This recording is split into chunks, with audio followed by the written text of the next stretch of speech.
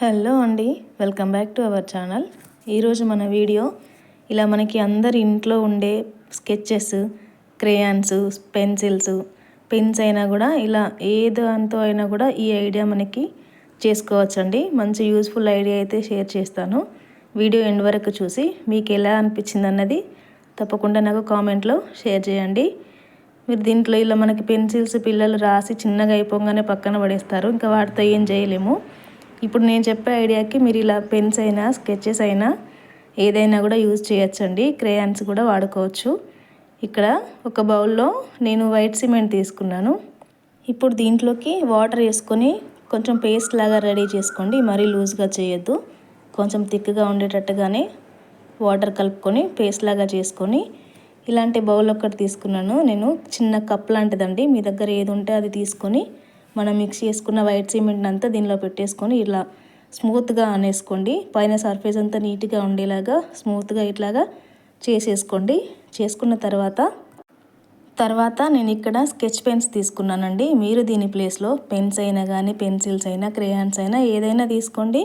కాకపోతే 4 సేమ్ సైజులో ఉండాలి, సేమ్ లెంత్లో ఉండేలా చూసుకొని తీసుకొని మనం వేసుకున్న వైట్ సిమెంట్ బౌల్ ఉంది కదా, దాంట్లో ఇలా 4 సైడ్లకి 3 అయితే 3 కూడా పెట్టుకోవచ్చు. 3, 4, 2 అయితే మనకి సపోర్ట్ ఉండదు, పెట్టుకోండి. ఇలా 4 సైడ్లకి పెట్టుకొని కొంచెం పొడిది వైట్ సిమెంట్ ఇలా పైనుంచి వేసుకుంటూ గట్టిగా ప్రెస్ చేయండి. నా కార్నర్స్ అన్నీ గట్టిగా ఉండేలాగా ఈ స్కెచెస్ చుట్టూ కొంచెము పొడి వైట్ సిమెంట్ వేసుకొని ఇట్లా ప్రెస్ చేసేసుకోండి. పెట్టుకున్న తర్వాత ఎండలో పెట్టుకొని మంచిగా ఆరనివ్వండి. ఒక 15-20 మినిట్స్ అలా వదిలేయండి, మంచిగా గట్టిగా పట్టేసుకుంటుంది. ఇప్పుడు చూడండి, నేను ఆరిన తర్వాత తీసుకొచ్చి చూపిస్తున్నాను. మనం తీసుకున్నది ప్లాస్టిక్ బౌలే కాబట్టి మనం చుట్టూ ఇలా కొద్దిగా ప్రెస్ చేసినట్టు చేస్తే మనకి లూజ్ అయిపోతుందండి.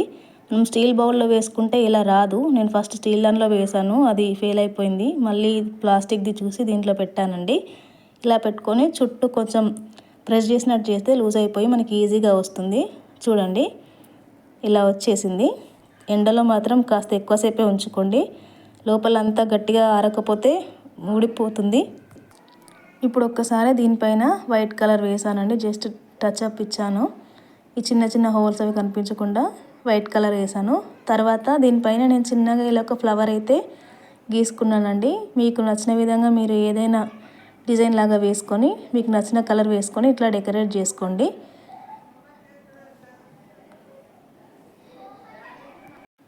ఫస్ట్ ఇలా రెడ్ కలర్తో ఫ్లవర్ షేప్ ఇలా గీసుకున్న తర్వాత మధ్యలో ఉన్న గ్యాప్లో గ్రీన్ కలర్తో వేసాను. అలాగే ఈ రౌండ్స్ కూడా ఇక్కడ గ్యాప్ ఉన్న ప్లేస్ అంతా కూడా గ్రీన్ కలర్తో ఇలా వేసుకున్నానండి.